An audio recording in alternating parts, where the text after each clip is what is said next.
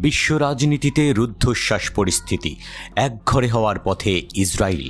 একে একে সবাই নেতানিয়াহু প্রশাসনের ওপর দরজা বন্ধ করে দিচ্ছে।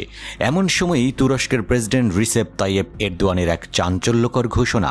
জানিয়ে দিলেন তার দেশ আর ইসরায়েলের সাথে কোনো ধরনের সম্পর্ক রাখবে না। এরদোয়ান বলেছেন, আমরা এখন থেকে ইসরায়েলের সাথে সব ধরনের সম্পর্ক ছিন্ন করেছি এবং ভবিষ্যতেও কোনো ধরনের সম্পর্ক হবে না।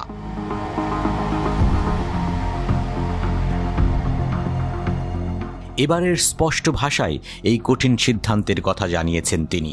কি ঘটেছে, কেন এমন সিদ্ধান্ত? তুরস্ক ইসরায়েলের সবচেয়ে বড় সমালোচক। ইসরায়েলি প্রধানমন্ত্রীর সাথে দা কুমড়ো সম্পর্ক তুরস্কের প্রেসিডেন্টের। এরদোয়ানের দৃষ্টিতে নেতানিয়াহু বর্তমান সময়ের হিটলার।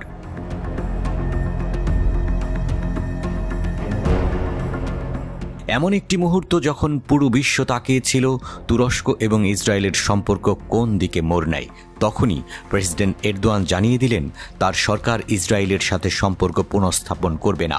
তার এই সিদ্ধান্তের পেছনে কি শুধুমাত্র রাজনৈতিক কারণ কাজ করছে, নাকি এর চেয়ে বড় কিছু আছে? গত কয়েক বছর ধরেই দুদেশের সম্পর্ক তলানিতে গিয়ে ঠেকেছিল, কিন্তু এবার কি সেই সম্পর্কের চূড়ান্ত পতন ঘটল?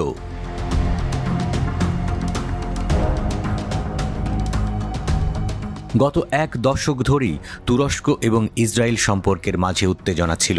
2010 সালে মাভি মারমারা নামক তুর্কি একটি জাহাজ ইসরায়েলি বাহিনীর আক্রমণের শিকার হয়েছিল। এরপর থেকে এই দুই দেশের সম্পর্ক ক্রমে খারাপ হতে থাকে। তবে এরপরেও আঙ্কারা এবং তেল আবিবের মধ্যে কিছুটা কূটনৈতিক সম্পর্ক ছিল। যদিও তুরস্ক গত বছর ইসরায়েলি রাষ্ট্রদূতকে দেশে ফিরিয়ে আনে, তারপরও আঙ্কারা তেল আবিবের সঙ্গে ব্যবসা, কূটনৈতিক সম্পর্ক চালিয়ে যাচ্ছিল। কিন্তু 2023 সালের 7 অক্টোবরের পর যা ঘটল তা পুরো পরিসর বদলে দিয়েছে।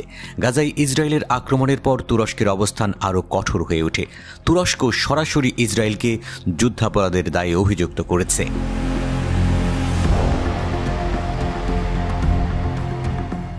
এরদোয়ানের এই ঘোষণার সময়টিও গুরুত্বপূর্ণ। তিনি সৌদি আরব এবং আজারবাইজান সফর শেষে সাংবাদিকদের সামনে এসে এই সিদ্ধান্তের কথা জানান।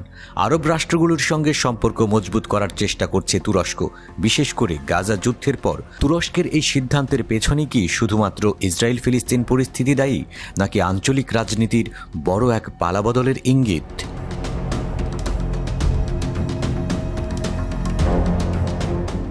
এদিকে জাতিসংঘেও তুরস্ক ইসরায়েলের উপর অস্ত্র নিষেধাজ্ঞার প্রস্তাব নিয়ে কথা বলছে।